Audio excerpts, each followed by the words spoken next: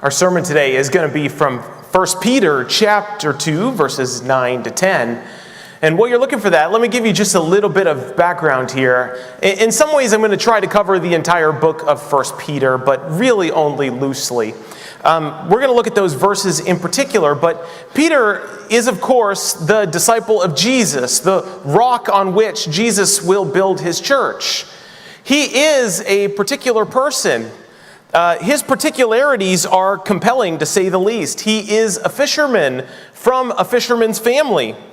He is a Jew. He is both a Jew in terms of his religious life and his understanding of world politics. And understanding how both of those things operate matter. He is a man with a very distinct idea of what the Messiah is and what the Messiah is supposed to do. He is fiery and he is easily agitated. He is part of a family, likely handed the fisherman's trade by a father. We're also told in the Gospels that he has a mother-in-law, which means he was likely married. It's a fair assumption if you have a mother-in-law, I think. You ever wonder, if you put those dots together, what Peter's wife thought about him following Jesus around for 3 years in Israel?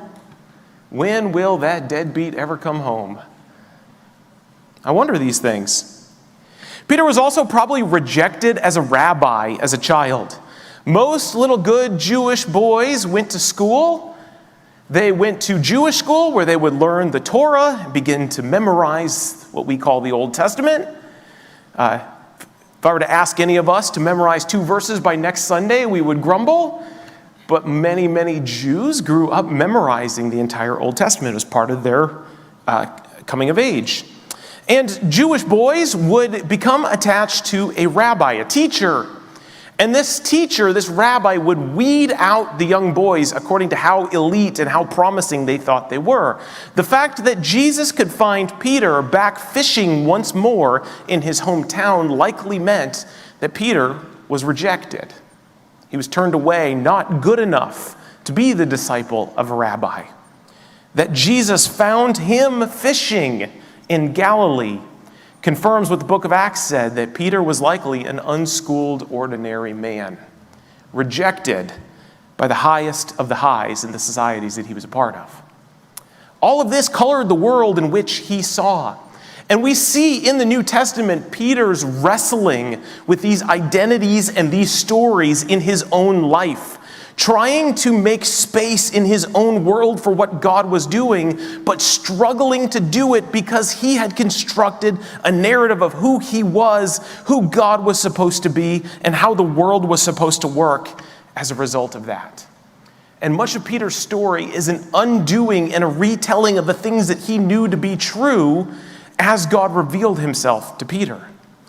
And so 1 Peter is a letter that was written by Peter, likely told by Peter, transcribed by an author, and then sent to be passed from church to church in the Gentile world. And what Peter seems to be doing more than anything else in this book, this letter, 1 Peter, is trying to help Gentiles see how they have been grafted into God's great story. That there's something particular about Jesus Christ that has welcomed people like you and I into the story of God's salvation of the world. And so Peter understands God's salvation in very, very Jewish ways. We were once enslaved. God heard our groaning. He sent Moses to be our prophet and our priest to tell us that we could be freed from slavery. God freed us from slavery by inviting us to sacrifice a lamb, to paint the blood over the doorstep. And if we did that, the angel of death would come through Egypt and pass over all of the houses of Israelites who had painted blood on over their doorsteps. And that the firstborn sons would all be saved from God's activity. From there, you will be set free from your bondage, and you will be a holy people, a new nation who is to declare the glory of God for the sake of the world, because God frees people who are enslaved, gives them new life, and gives them new meaning and prominence. This was Peter's story. And he is trying to tell a people like us, a people grafted in late, a people not born into this story, that it is for us as well. And so it is well encapsulated in these two verses in 1 Peter. And I'd invite you, if you would you join me in standing as we read the word of the Lord this morning? Peter writes this to a people not too dissimilar from us. But you are a chosen people, a royal priesthood, a holy nation, God's special possession, that you may declare the praises of him who called you out of darkness into this wonderful light. Once you were not a people, but now you are the people of God. Once you had not received mercy, but now you have received mercy. This is the word of the Lord. Thanks be to God. You may be seated. You are a chosen people, a royal priesthood, a holy nation, God's special possession. This is the language of a good Jewish man who understands the way in which God has worked in history to save a people. And he is writing this to a Gentile people who have no blood connection to Abraham, Isaac, or Jacob, who have no particular affinity for the land that was promised to the Jewish people. They have heard the story of Jesus, and they believe that God has acted particularly for them. They have given themselves to this story and this man. They have sought forgiveness for the sin in their past and have turned themselves towards Jesus, and they're asking themselves questions now that sound like this. What do I do now? How do I live as a Christian in a Roman world? There are so many things that are demanded of me, and yet I've been freed of those things into a new life, into a new story, into a new God that maybe people in my own house don't believe, that people in my own street, neighborhood, city, and empire don't believe. How do I serve a God that the people around me don't seem to want to even give the time of day to? These are questions that I suspect we have all asked ourselves. How am I supposed to be a Christian at work when everybody is operating by different rules?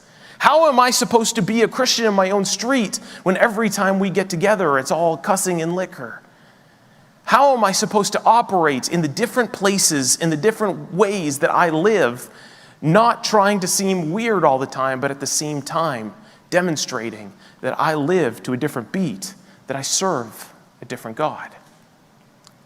Peter uses Old Testament imagery to invite the answers of these questions. For Peter, it all began in the Exodus. And for Peter, God is doing that again. What God did in the Exodus with the blood of the Lamb, the Passover, the leading out through the Red Sea and into a new land and new people, God is doing precisely that work again.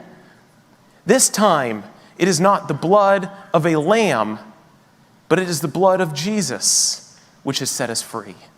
There has been forgiveness, great forgiveness, for sins that we didn't even recognize because of the sacrificial death of Jesus Christ.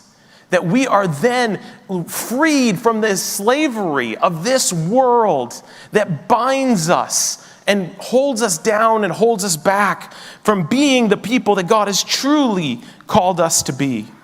We are set free by Jesus into being a new people, a holy nation, a royal priesthood. We are given a new trajectory to live in a new way. Through Jesus, we have been the recipients of a new Passover. And as the recipients of a new Passover, we are now a new people. So what does that look like? How is it that you can just poof, be a new person? Because all of us carry stories. All of us carry roles. All of us do things that make us who we are. So how is it that we figure out all of these things that we are while also giving ourselves to this story of Jesus? How is it that we carry all of the roles, all of the things expected of us, while also orienting ourselves around the very particular person and salvation of Jesus Christ? I'm going to try to demonstrate this for us just a little bit today. I'm going to tell a little bit of the story of my life. I hope this isn't too arrogant or anything like that, but I'm just going to show you and demonstrate to you how difficult it can be just to be one person. And all of the many different people inside of just your one body, any one of us has to be. The institutions we're connected to, our histories, our past, our families, our particularities, they all come together. And in 1 Peter, Peter is making a new argument that we should reorient all of these parts of ourselves. For example, one of the questions being asked of Peter in 1 Peter is, my husband doesn't believe in Jesus, but I do, and I'm supposed to, as a good Roman wife, serve his gods. How can I serve God when I know that Jesus is the truth, and also be a good wife when I can't be a good wife if I'm not worshiping his gods? How am I supposed to live holding on to roles that I want to do well when they come into direct contrast with what it means to be a follower of Jesus? These are the questions rattling around that Peter is addressing here. And so my story goes a bit like this.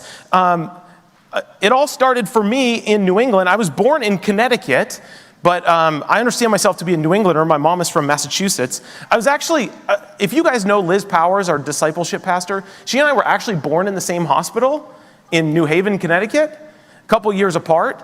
As you can imagine, she's much older than me. That's not funny. Liz and I are actually battling to be the second most famous person born in the hospital we were born in. The most famous person, I think, is very clearly George W. Bush. But I'm chasing after him. We'll see how I get.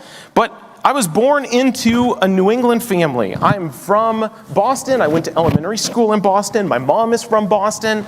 And every time I go anywhere and tell people I'm from Boston, I immediately get all sorts of assumptions dumped on me. Right? You know what those assumptions are. We don't need to talk about them, right? But we are from particular places, which causes us to have certain sports allegiances and certain accents and certain understandings. My wife and I are still battling, for example, with our daughters over whether or not our sisters are their aunts or their aunts. Now, in New England, it's an aunt because that's how it's spelled. That's all I need to say for that argument. Okay. I was born into a particular family. That particular family moved a lot because my dad was in the military. And my dad was in the Coast Guard, actually, so we always lived by water. And then I have this. It's Memorial Day. This seems like a good way to remember the particular way that I was born because my dad died of cancer, and the U.S. government ruled that it was likely his service that caused his cancer. And so that means all sorts of things, but we were given this flag at his funeral, again, in the name of President George W. Bush, thanking him for his service to the country. But my life was colored by growing up as a military kid. Even though I think I'm from Boston, the evidence isn't clear that that's the case because I was a military kid. We moved around a lot.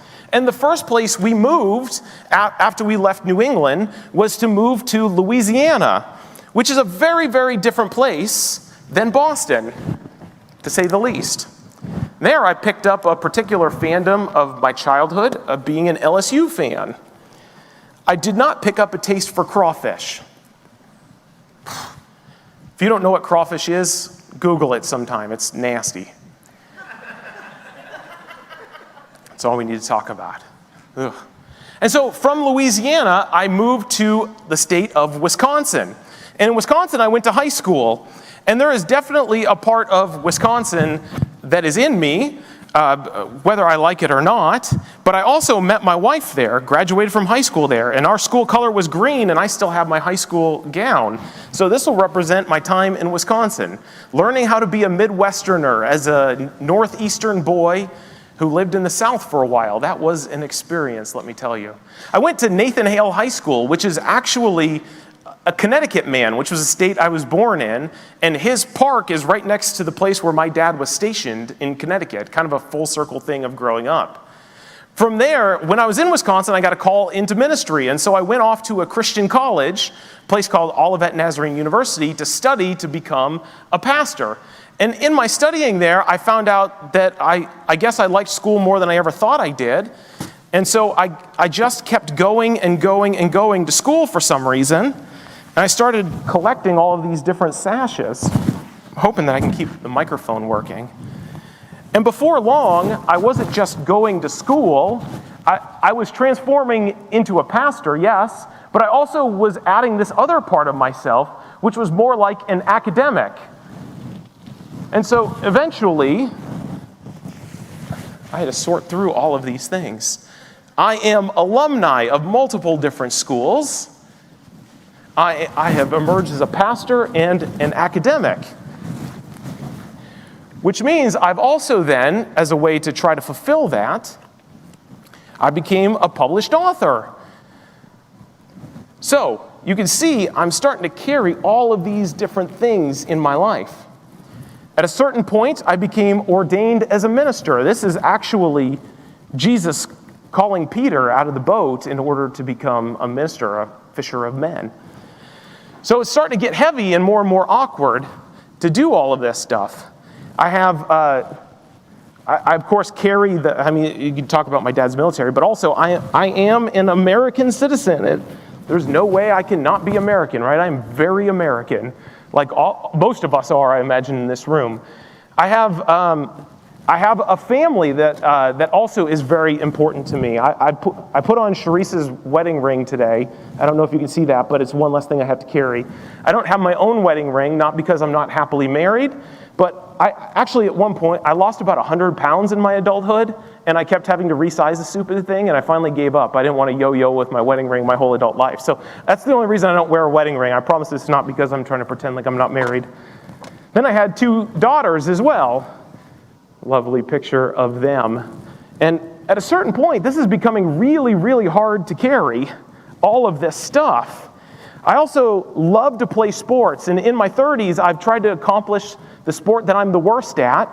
If you've ever played golf before, you know it's a very hard game. And so I'm competitive. I love to play competitive sports. I love to spend my time becoming good at things that I'm not necessarily already good at. I also have some incredible flaws that I bring with me as well. Some biological, some mistakes that I've made on my own. I all too often try to leverage all of these things about me for my own personal gain so that I can seem to be something stupendous in this world. I have at different points, all too often, chased the things of this world like money and prestige. There's all sorts of sin in my childhood, my past, my adulthood, things that are embarrassing that I would rather not have to account to God for. I also have found out in my adult life, I have my medicine bottle here. I've been diagnosed with ADHD. Now, if you know me, you probably know this is true. I don't talk about it much up here, but it's another part of my story, a thing that I take medicine for to regulate so that I can try to stay engaged in the important things that I have to do in my schedule. There are things about me that are good and flawed. There are things about me that are funny and fun. There are histories that bring me joy and histories that bring me sadness. But you can see, there's not much room for anything else.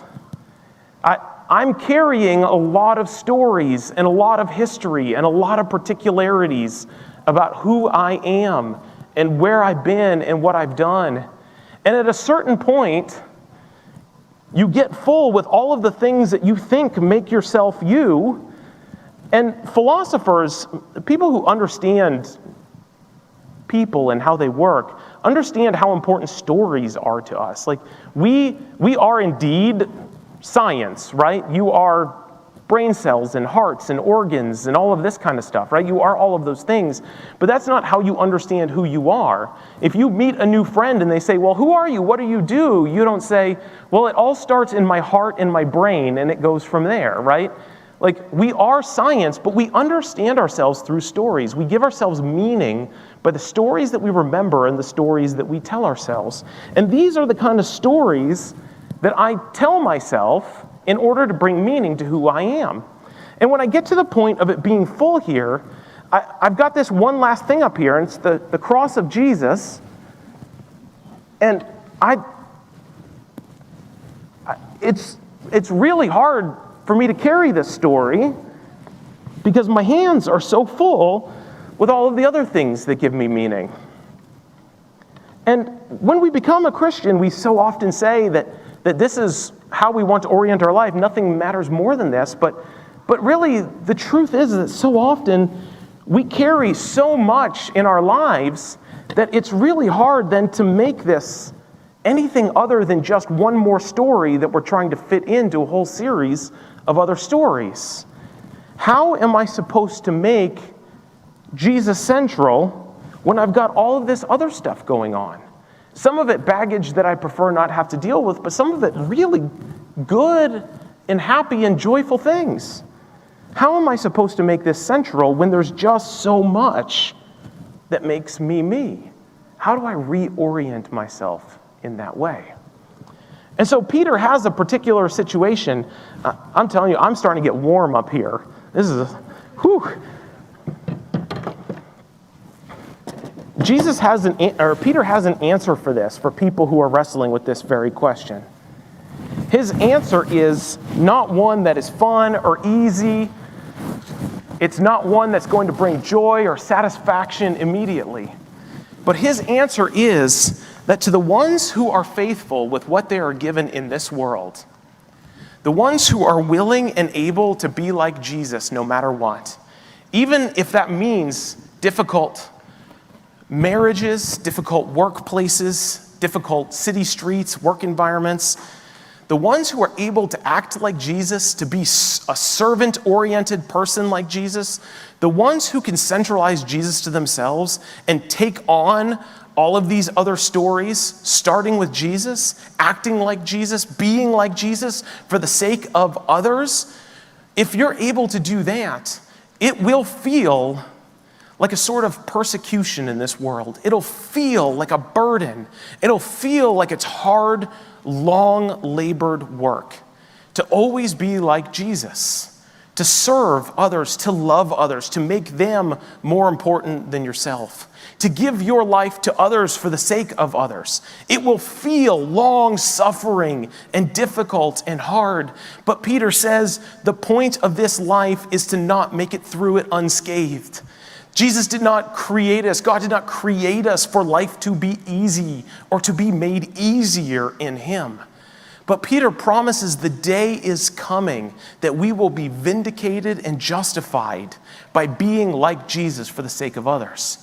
Jesus is not just another story that we try to put into the mass of stories that make us who we are. Jesus completely reorients us from the inside, making us like Him, so that we no longer are consumed with ourselves.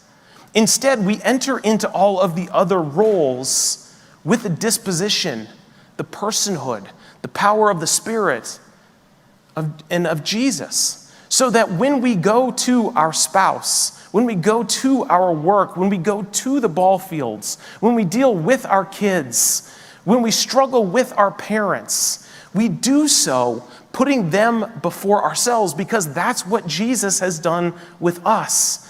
And Peter says, I know this is a hard ask. I know this is difficult, but you will be vindicated for it. The world will be made a better place. Jesus will be seen as Lord through you. Others might be saved because of you. And your long-suffering struggle and toil through this world, acting like Jesus when everyone else is serving themselves, number one, will be vindicated in an eternity where you are given rest in Him. That's Peter's answer to this. Now, of all those things that I carried earlier, of all of those different personhoods, there's one in particular that makes me the most odd in this world. The one that every time it comes up at a party, it just lets the air out of the room. You guys have a guess? Being a pastor, that's right. Oh my goodness. Every time I meet someone for the first time, I avoid the question of what do you do for as long as I can. This is my pastor. Not because I'm ashamed of being a pastor, but because I really hate, there's a look. This is a look they give you. It's blank. It's really blank, and it's like their eyes are on rewind in an old VCR machine. Did I cuss? What am I drinking? No, I'm okay. Did I confess any sins? No. I think this has been a normal interaction. Okay. Oh, we'll be all right. This role of pastor sucks the air out of the room. And I prefer it not to be that way. I'm not judging people I met. I'm really not, right? But people immediately jump into that space to be like, oh my gosh, what have I done? What have I said? And yet, Peter is saying to people just like you, in Christ, you're a royal priesthood. You take on this role. Now, you're not a vocational pastor. You don't have to preach. It's okay. But he's saying, for the sake of this world, you are the priests for those around you. Now, what does a priest do in Peter's world? A priest's job is functionally two things. One, it is to represent God to God's people. So when the priest is around, there's supposed to be a sense that God is near. Not because the priest is God, but because he is a holy, set-apart man representing the deity of God to those around them. And the second part of a priest's job is he is supposed to represent the toil and the struggle and the sin and the brokenness and the hurt back to God, that God would forgive his people. And so the priest lives as an intermediary between God and the world, God and his creation. And Peter is saying that when Jesus begins to center in your life, in all of your different roles, and you begin to be as Jesus to others, you become like a priest, representing to a fallen world a God who loves them. And then you represent to them going back to God, one who prays for them, who cares for them, who carries their toil and their struggle to God, that God would forgive them, that God would change them, that God would change this world. For Peter, we are a royal priesthood, representing the fullness of Jesus to all those around us. This can never just be another role that we carry. It's got to take over our heart and our dispositions in our lives, that every role, every story you tell yourself, every person you feel you need to be in each and every place that you go, you have been radically changed into the shape and character of Jesus in those places that you go. Because that might be the moment that your neighbor, your coworker, your parent, your difficult friend, that may be the moment that they see and meet Jesus. We are a royal priesthood. Another way to talk about this is to use the word ambassador, and that word ambassador was definitely used by people who studied and thought about the priesthood. And Paul used it as well in 2 Corinthians. This is how Paul describes the way in which we are meant to live for the sake of this world. Paul says this, "So from now on, we regard no one from a worldly point of view. Though we once regarded Christ in this way, we do so no longer. Therefore, if anyone is in Christ, the new creation has come. The old is gone, the new is here. All this is from God, who reconciled us to himself through Christ and gave us his ministry of reconciliation. That God was reconciling the world to himself, not counting people's sins against them, and he has committed to us this message of reconciliation." Listen to this. "We are therefore Christ's ambassadors, as though God was making his appeal through us. We implore you on Christ's behalf, be reconciled to God. God made him who had no sin for us, that we might become the righteousness of God." This is the work that Peter is talking about. The old is gone, the new has come. We've been washed free of our sins. We have been filled with the presence of Jesus. And now we are ambassadors for the sake of the world, for what God has done. We are a pile and a series of stories. That's how we understand ourselves. We have roles. We have places we go. We have things we do. Our call is to be so filled with the character of Jesus that when we go there, it's not that we change where we go, what we do, who we are, but it's that we become like Jesus, an ambassador for what God is doing in every place that we go. would you join me in singing this final song? And if you yearn to come up and pray, the altar is open. Feel free to come. If you want to wrestle with God about something you've heard today, you're welcome to do so. But if not, I invite you to stand with me as we worship the Lord together.